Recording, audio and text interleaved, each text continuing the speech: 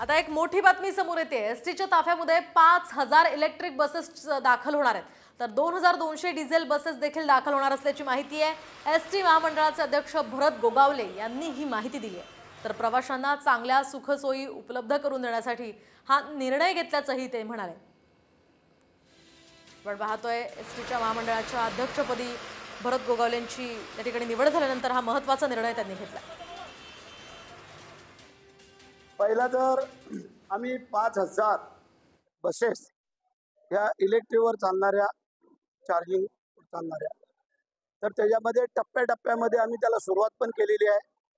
जवळजवळ 101 नवीन बसेस पण आलेल्या आहेत। 2200 बसेस ह्या डिझेलवरती चालणाऱ्या लॅलँडच्या अशोक लॅलँडच्या। तर अशा प्रकारे चांगली व्यवस्था पॅसेंजरला सोयीसुविधा कशी देता येईल याकडे आमचं लक्ष केंद्रित आहे।